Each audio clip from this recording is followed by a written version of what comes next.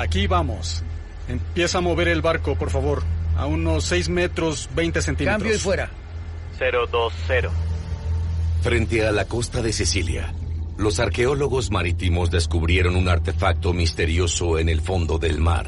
Es increíble poder ver esto aquí después de más de 2000 años.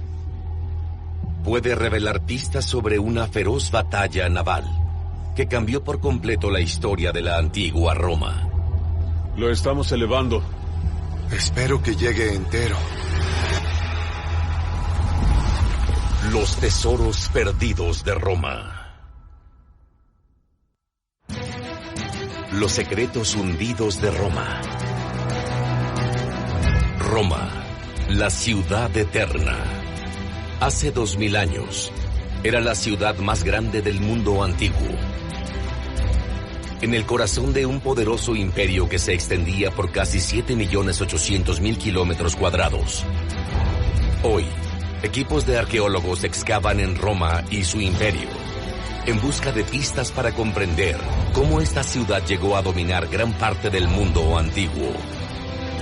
Para mí, como arqueólogo, es un gran sitio porque puedes ver el crecimiento y surgimiento del Imperio Romano. Cómo esta ciudad conquistó toda la península italiana, el mundo mediterráneo y más allá.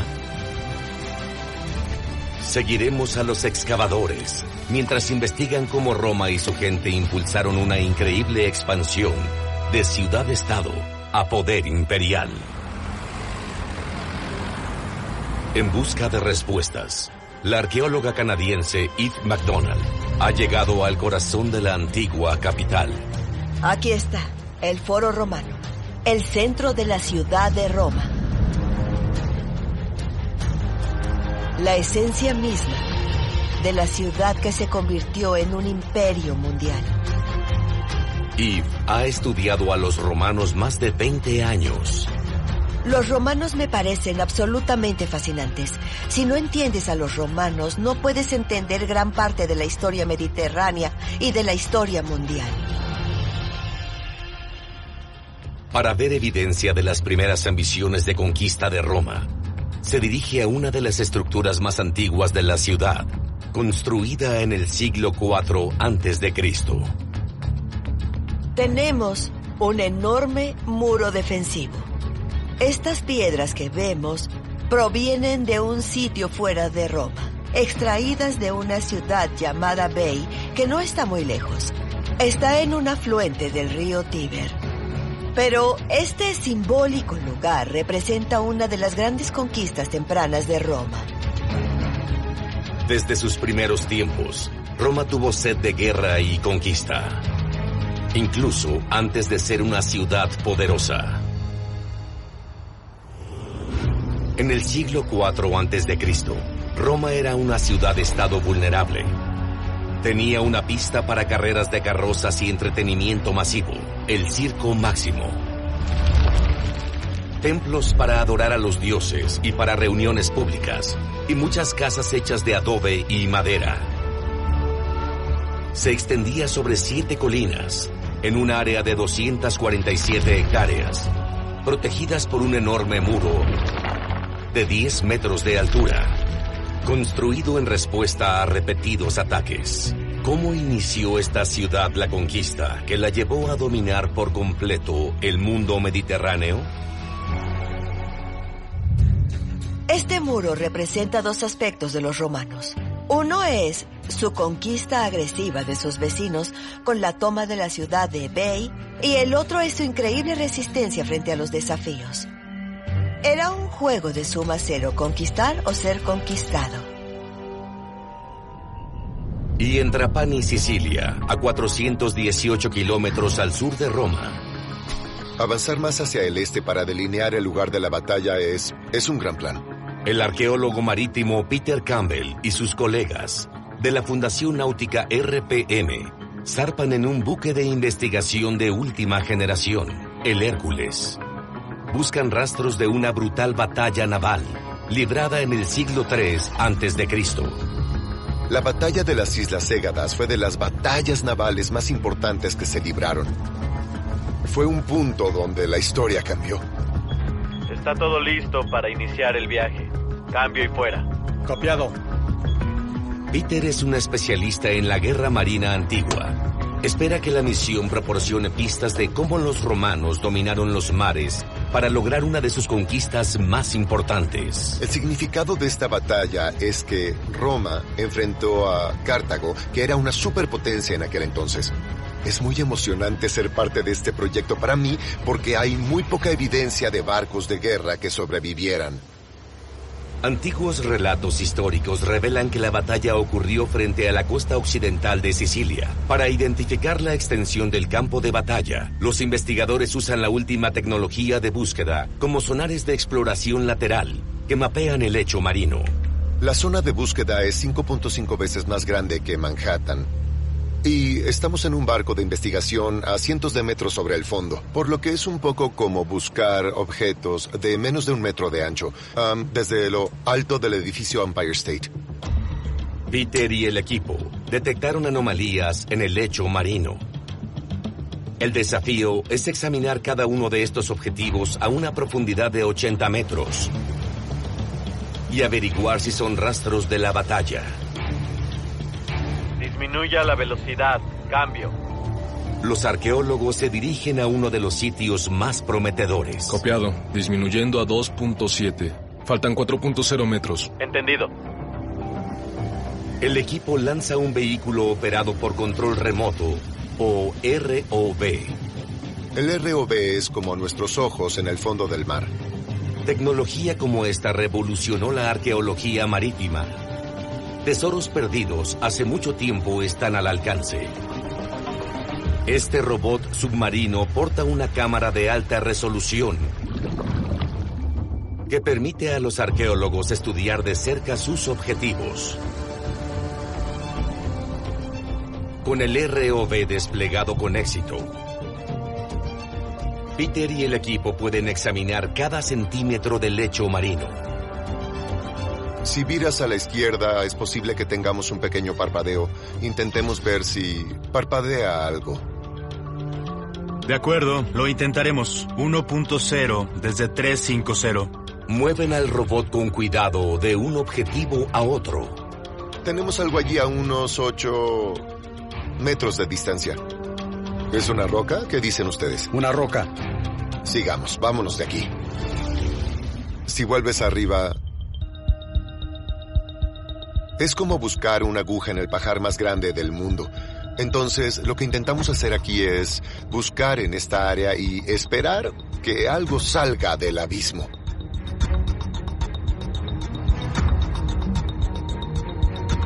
Contacto visual. De pronto, la imagen en pantalla entusiasma a la tripulación. Bien, deténlo. Tenemos gran contacto visual. Johnny, ¿puedes bajarlo? Inmediatamente. Ahí está.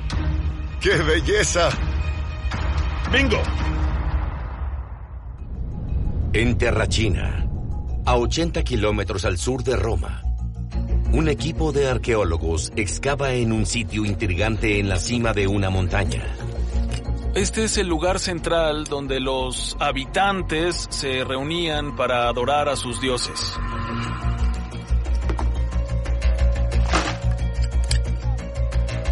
Los arqueólogos Paul Shedding y Francesca Diosono dirigen la excavación. Lo que más disfruto siendo arqueólogo es el poder tocar la historia, ya que tienes cosas tangibles que tocar. Tenemos mucho trabajo que hacer en un paisaje maravilloso. Terracina es un asentamiento antiguo. Data de al menos el año 600 a.C. y fue uno de los vecinos de Roma. Paul y Francesca esperan que les dé pistas de las primeras etapas de la expansión romana en la península italiana. Hola, ¿cómo les va? Bien. ¿Algo en especial? Sí, encontramos un lingote. ¿Un trozo de plomo? Así es. ¿Con un grabado? Oh, es algo muy inusual y muy raro. Lo es. Los grabados son pistas valiosas. Los nombres y el estilo de las letras pueden revelar su fecha. Esta es una V y esta una A. Esta debe ser una Sí, así M. es. Y también está completo. Sí, y sin lugar a dudas es romano. Tenemos algo entre manos con lo que podemos trabajar. Es un día emocionante para nosotros. El lingote grabado muestra la presencia de los romanos en el lugar, pero no cuando llegaron y se apoderaron. Para confirmar la fecha, los arqueólogos necesitan pruebas más antiguas. Hola, chicos. ¿Cómo están? Muy bien. Francesca se reúne con su equipo en otra sección del sitio. ¿Qué hay del material? ¿Qué encontraron? Algo de cerámica y de arcilla negra. Creo que es una pieza de cerámica. Sí, conservémosla. Sí. Cada fragmento de cerámica que encuentren puede darles pistas vitales. Ante ojos expertos, las ínfimas diferencias en forma y decoración pueden ser evidencia del lugar y el tiempo de producción. Hallamos grandes fragmentos de la época romana. Creo que del siglo II antes de Cristo. Esto es un frasco grande para contener comida. Esto es cerámica prerromana, pero es muy pequeña. Esto es prerromano porque es cerámica hecha a mano antes de que Roma llegara aquí. La cerámica prerromana se halla mayormente en capas arqueológicas más profundas, lo que indica una fecha de conquista romana. La colonia romana de Terracina comenzó aquí en el siglo IV a.C. Desde sus primeros tiempos, Roma comenzó a luchar contra sus vecinos y se expandió lentamente. En el siglo IV a.C., avanzó hacia el sur, hasta Terracina.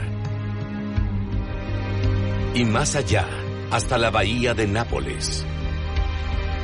A mediados del siglo III a.C., Roma controlaba la mayor parte de la península italiana.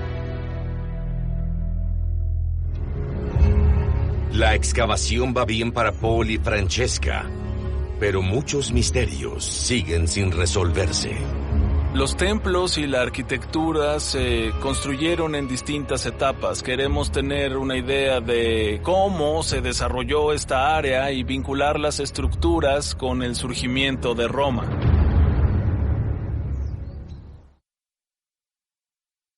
Frente a la costa de Sicilia. Mira eso.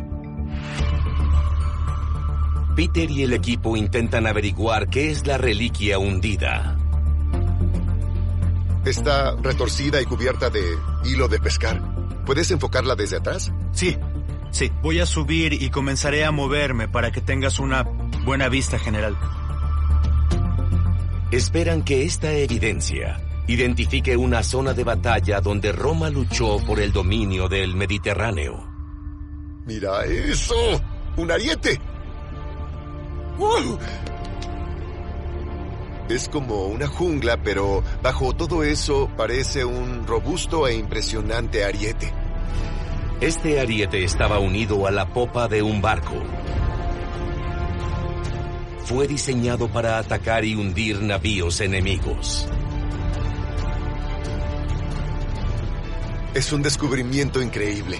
Extiende el campo de batalla y nos dice que cubrió un vasto territorio, mucho más grande de lo que esperábamos. Ahora, los arqueólogos quieren levantar el ariete y examinarlo de cerca. Quieren saber si es romano o cartaginés.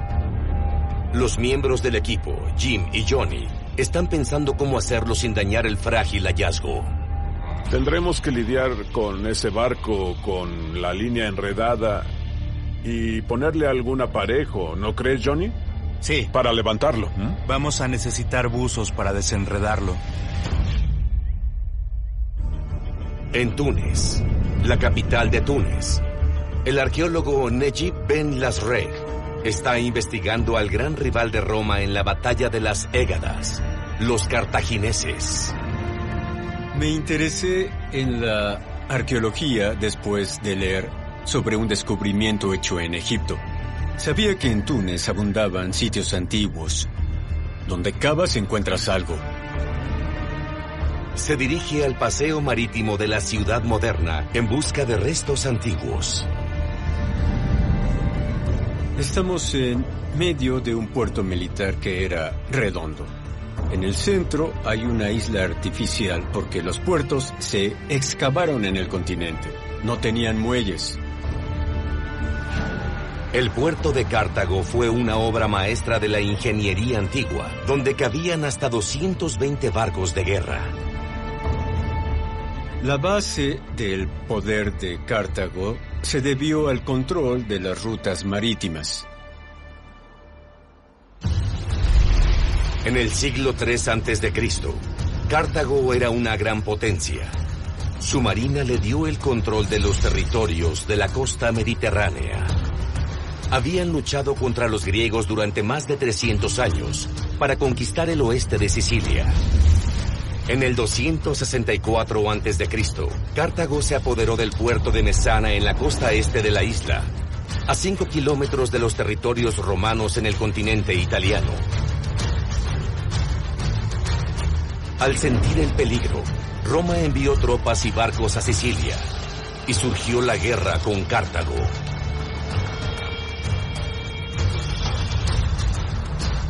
Cartago en el siglo III a.C. era una importante metrópoli. Los cartagineses eran maestros marineros.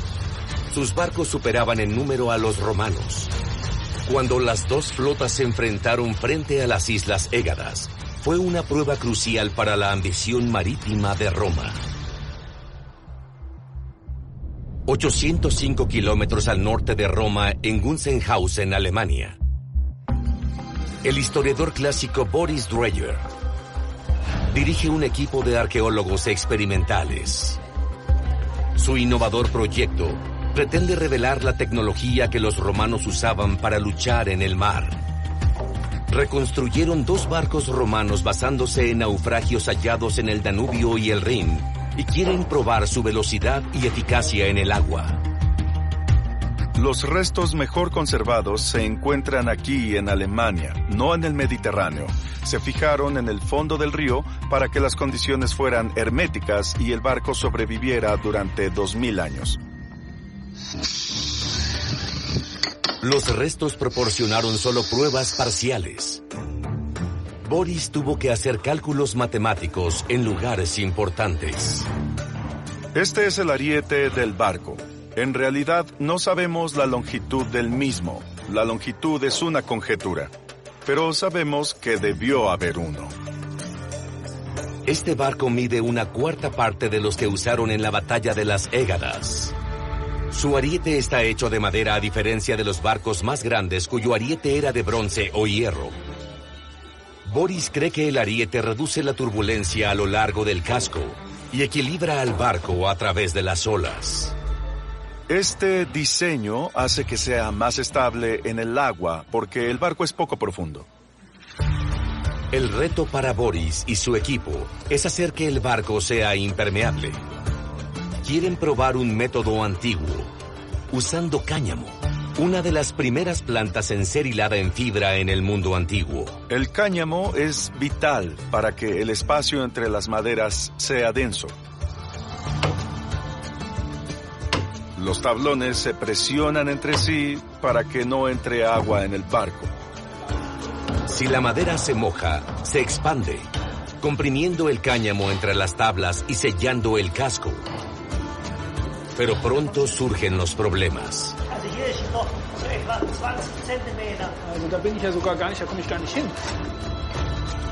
Parte del cáñamo se introdujo demasiado, dejando espacios entre las tablas.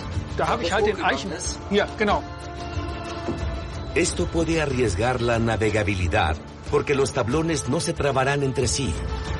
Boris debe procurar que los huecos estén llenos, o su barco podría hundirse. En Terracina, Paul se dirige al centro de la ciudad moderna. Aquí encontramos algunos grabados. Es la letra I latina, luego la V o U y la S. Este es el grabado del hombre que financió el foro. En el grabado se lee Aulus Aemilius, que era un ciudadano romano adinerado. Este es el antiguo foro y este es el piso original. A donde fueran los romanos como Aulus Aemilius, reconstruían Roma. Sus nuevos súbditos pronto disfrutaron de los beneficios de la vida bajo el dominio romano. Junto al foro de Terracina, otra estructura antigua ayuda a revelar cómo los romanos controlaron toda Italia. Lo más importante aquí es el camino de allá, que, como ven, proviene del norte y pasa por el sur. El antiguo camino, la Vía Appia, conecta Terracina directamente con Roma. Es evidencia de una ingeniosa táctica del control romano. En Roma, a 80 kilómetros al norte de Terracina, Yves examina las huellas del mismo camino que sale de la capital. Este es un asombroso ejemplo de una de los cientos de miles de tumbas de personas que querían que vieras al entrar a la ciudad donde fueron romanos prominentes. Las tumbas de romanos adinerados revelan la importancia de este camino. Es la entrada principal a la ciudad antigua. Yves puede fechar el camino con estos monumentos. Solemos datar los retratos de la época romana por los peinados. El peinado de la mujer a la izquierda es muy similar al peinado que vemos en algunos de los retratos de la primera emperatriz romana, Livia, que es la esposa de Augustus Octavian. Así que el siglo I a.C. sería una buena fecha para esta familia. Las fechas de estas tumbas revelan que en el siglo I a.C., la Vía Appia ya estaba establecida entre los caminos más importantes del mundo antiguo. Los romanos comenzaron a construirlo casi tan pronto como comenzaron a expandirse en el siglo IV a.C. La Vía Appia conducía a Terracina hacia el sur. Se extendía al sureste a través de Capua y terminaba en Brundisium en el 264 a.C. Con una extensión de más de 580 kilómetros, fue la primera supercarretera que construyeron los romanos y fue una ruta vital para los ejércitos en marcha y los suministros militares. Esta enorme ruta pavimentada, de unos 6 metros de ancho, permitió a Roma concentrar sus tropas rápidamente y mantener el control de territorios remotos. Fue crucial para el dominio militar de Roma en la península italiana. En tiempos muy antiguos, Roma fue capaz de crear una infraestructura masiva. En la excavación de Terracina, Paul y Francesca buscan artefactos para fechar los edificios del templo de aquí, así como nuevas pistas de la expansión de Roma. Pero tal vez su proyecto deba detenerse. Hay tormentas eléctricas que vienen del norte hacia Terracina. Es una situación difícil porque estamos en la cima de la montaña y estamos un poco expuestos. El año pasado, el equipo se refugió en un templo antiguo durante una tormenta y fue alcanzado por un rayo. Excavar en una tormenta es lo más riesgoso que puedes hacer. El equipo se retira del sitio. En Gunzenhausen, Alemania, Boris y su equipo están listos para poner en el agua su réplica de un barco romano. Hola. ¿Cómo va todo? ¿Estamos listos para llevarlo? Todo listo, jefe. Espero que no se hunda. Quieren probar su velocidad y eficiencia para saber si la tecnología y la ingeniería naval fueron el secreto de la expansión de Roma en el Mediterráneo. Primero, deben remolcar el barco de 2.200 kilogramos fuera del hangar. Noch 3. Weiter, pass. Go. A ver, avanza. Lentamente. Ha sido un año de trabajo, por lo cual son cuidadosos. Geradeaus. Wunderbar, wunderbar. Una vez fuera, Boris hace retroceder el barco lentamente hacia el agua. Nadie sabe si la impermeabilización del cáñamo funcionará. Existe un riesgo real de que se hunda. ¡Sí! ¡Bravo! ¡Lo logramos! El barco finalmente está a flote.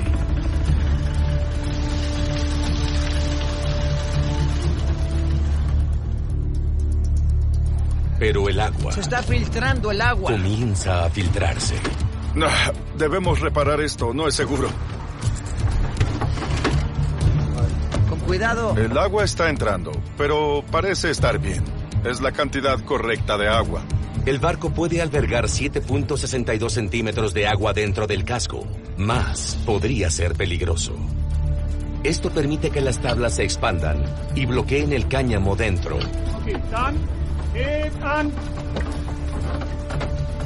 El diseño de construcción romano hasta ahora parece sólido.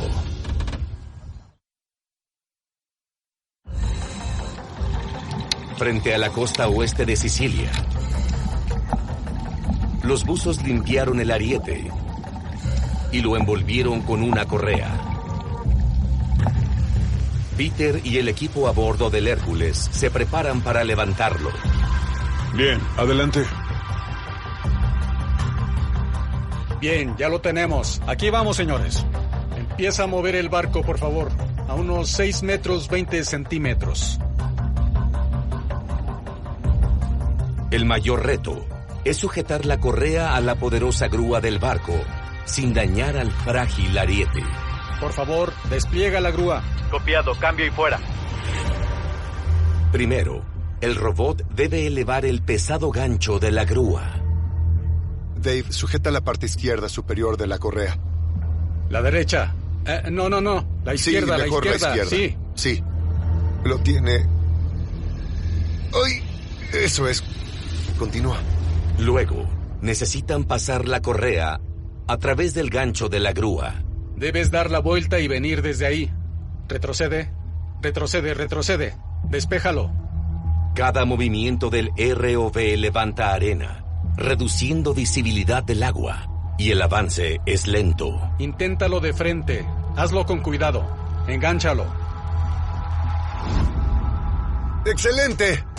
Finalmente, ambos se conectan. ¿Estamos de acuerdo en levantarlo? Así es. Levantémoslo. El ariete estuvo bajo el agua durante 2300 años. Existe un gran riesgo de que al levantarlo se parta a la mitad. Todos en la sala de mando contienen la respiración. Espero que llegue en una pieza. Sí. Súbelo 3 metros. Aquí vamos.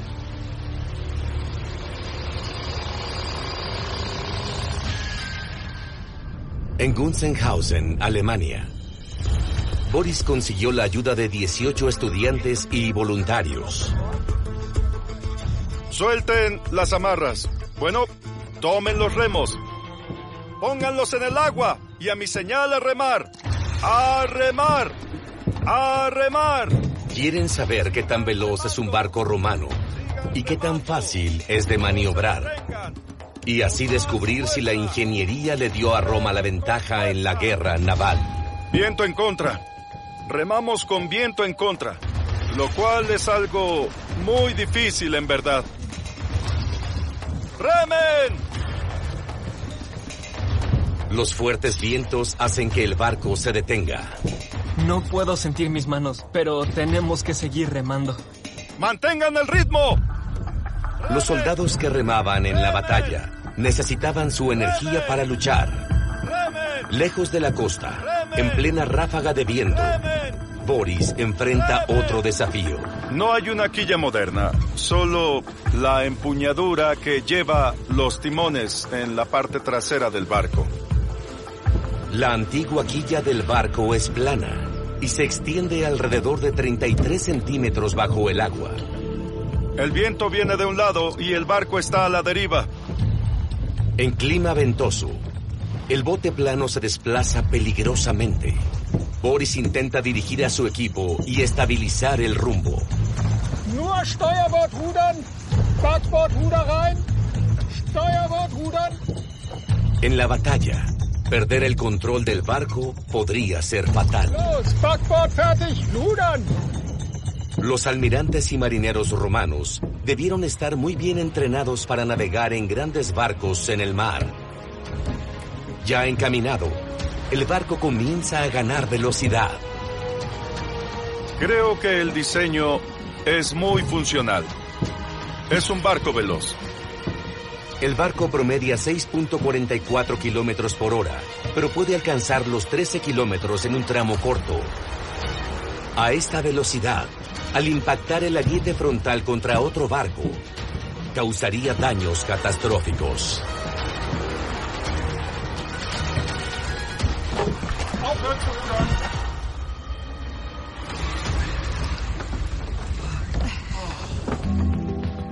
Tras casi 2 horas en el agua, Boris y su equipo regresan al puerto.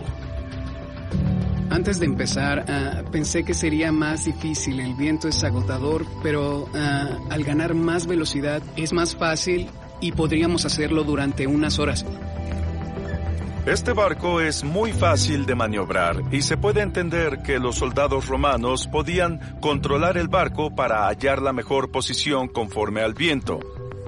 El resultado me parece que fue todo un éxito. Con una flota de cientos de grandes barcos bien construidos, los marineros romanos calificados fueron un rival formidable para sus enemigos, los cartagineses.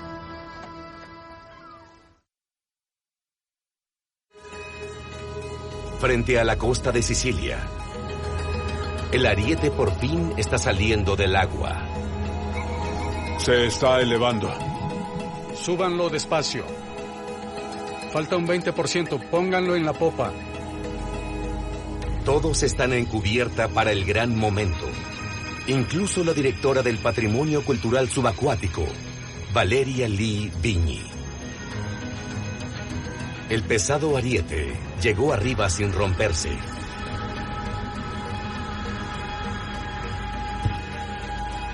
Peter, mira. Aquí se ve la fuerza del daño. Sí. Hizo una grieta que llegó hasta aquí arriba. Y también aquí. Sí. Ya verán. Así es. Sí, está dañado en todas partes. Está hecho de bronce fundido, pero aún conserva rastros del violento choque que hundió el barco al que estaba unido en la batalla de las Égadas. El siguiente reto para Peter y Valeria es averiguar si es de un barco romano o cartaginés. No hay ningún grabado. No tiene grabados. Pudo ser un barco cartaginés, quizá. ¿La marina cartaginesa? Quizá. Los romanos solían decorar y grabar los arietes. La falta de grabado sugiere que es cartaginés. Y notablemente, el tamaño del ariete indica las dimensiones del barco. Por dentro está la madera. Sí. 3 maderas distintas. Y esta es una gran quilla. Necesitamos tomar una muestra. ¿Podemos hacerlo? Sí, claro. Perfecto. Son vigas grandes las que lo cubren aquí. Debió ser un barco enorme. El tamaño pudo ser un gran inconveniente al hacerlo difícil de maniobrar y pudo ser la razón por la que fue embestido y hundido. Este barco debió chocar con otro mejor fabricado y debió aplastarse como una lata al impactarse con el otro navío. Durante siglos, los cartagineses dominaron el Mediterráneo. Los arietes de sus barcos eran armas letales. En el 241 a.C., en la batalla de las Égadas, superaban en número a los romanos, pero estaban repletos de suministros. La marina romana, ahora rival para sus enemigos, derribó sus mástiles y remó velozmente hacia la batalla. Superó en maniobras a los cartagineses, embistió y hundió 50 de sus barcos y lograron una sorprendente victoria.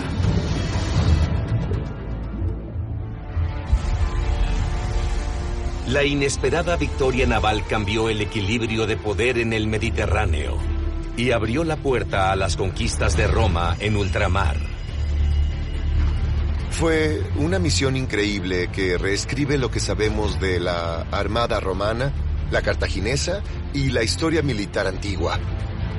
Nos da una idea de cómo era estar a bordo de los barcos en la antigüedad. En la próxima temporada, Peter y el equipo planean regresar y explorar el lecho marino en busca de más artefactos que le den una imagen más completa de esta decisiva victoria romana.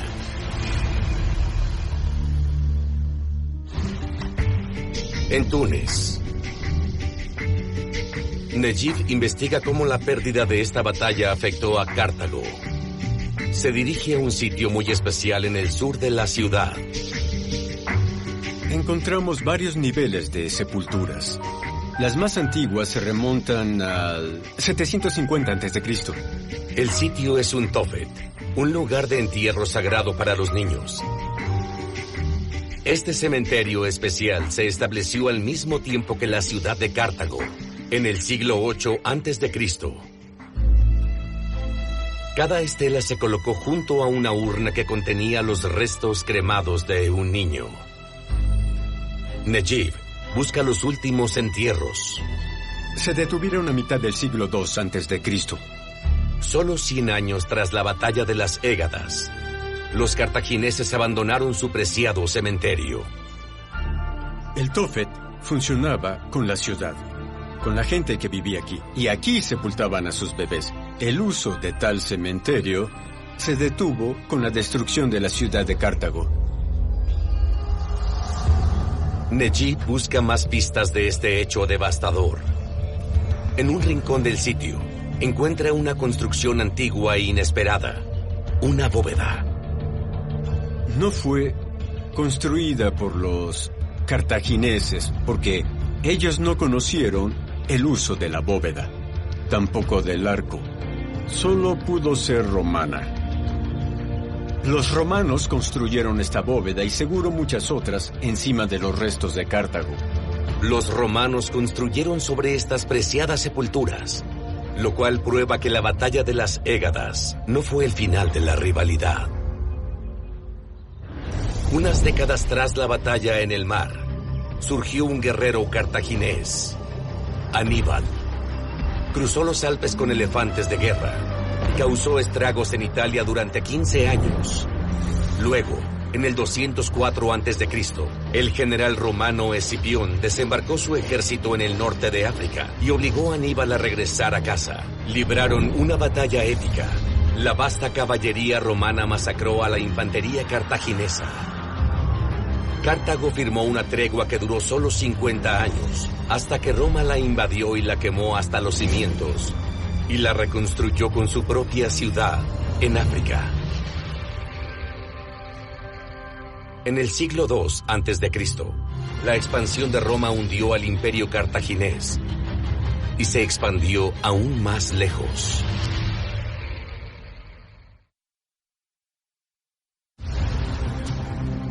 En Terrachina, la tormenta ha pasado. Paul debe evaluar los daños en la excavación. La tormenta de anoche fue terrible. Bien, ¿qué vamos a hacer? Hoy el suelo está húmedo. Sería una buena idea hacer un reconocimiento del área que no excavamos para ver si encontramos cerámica. El equipo puede usar el contratiempo a su favor. El suelo oscuro anegado hace que la cerámica clara sea mucho más visible. Hicimos muchos hallazgos, más que en un día normal. El templo que una vez estuvo aquí está en ruinas. Sus restos están dispersos en la ladera.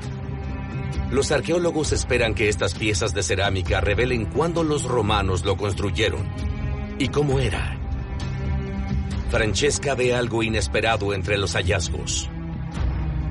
Es parte de la decoración del templo. Es de terracota. Creo que es una flor o algo parecido. Sí, es asombroso. Wow, sí, esto es una parte real de la arquitectura. Sí, de la decoración temprana. Los romanos usaban terracota para decorar sus edificios. El estilo de estas piezas tal vez determine la fecha de su primer templo en el sitio. Es una teja romana, se puede ver por la forma que era parte del techo. Esto debió ser parte del siglo II a.C., más o menos. Desde el siglo II a.C., los romanos construyeron magníficos templos aquí. El más grande tal vez estaba dedicado a Venus, su diosa del amor, la fertilidad y la victoria. Pasaban por alto el puerto comercial de Terracina y eran una representación visual del poder y las riquezas de Roma. Imagínate como a un antiguo romano de pie en la calle de Terracina, mirando hacia la colina y luego la monumentalización de estos templos que estaban creciendo cada vez más, mientras el imperio también crecía en este momento. Paul piensa que el templo se construyó sobre un botín de guerra aún mayor y examina un extraordinario hallazgo reciente, una cabeza de terracota. Lo que vemos es la pieza más increíble que encontramos hace solo un par de días. Paul compara sus rasgos con una representación establecida de un guerrero famoso. El rasgo más reconocible es que gira la cabeza y puedes verlo aquí.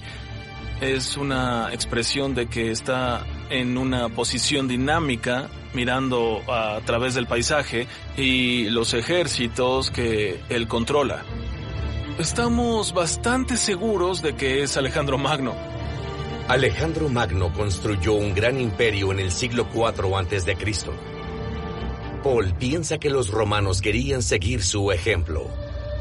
Alejandro Magno conquistó Oriente hasta la India moderna y ahora los romanos empezaban a conquistar este territorio ya conquistado por Alejandro Magno, por lo cual es un símbolo del poder de Roma en Oriente. Los romanos conquistaron la tierra natal de Alejandro Magno, Grecia, a mediados del siglo II a.C., al igual que conquistaron Cartago. Estas increíbles victorias establecieron a Roma como la nueva potencia militar del antiguo mundo mediterráneo.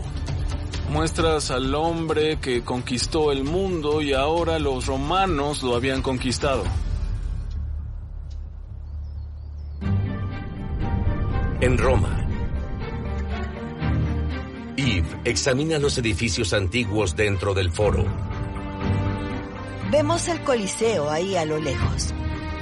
Sobre el botín de la conquista y la guerra, vemos arcos triunfales de cuando los romanos victoriosos regresaban a la ciudad y las multitudes los vitoreaban y desfilaban junto al botín de la conquista a través del foro.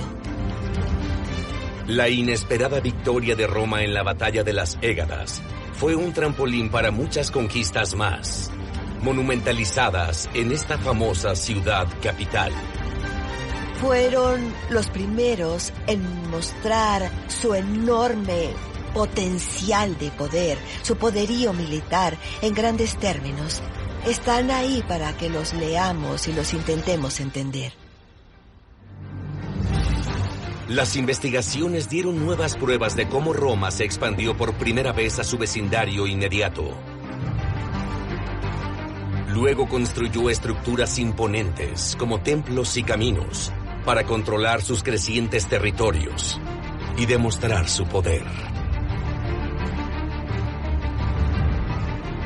Construyeron una poderosa flota que derrotó a un enemigo formidable, el Imperio Cartaginés, y controlaron el Mediterráneo.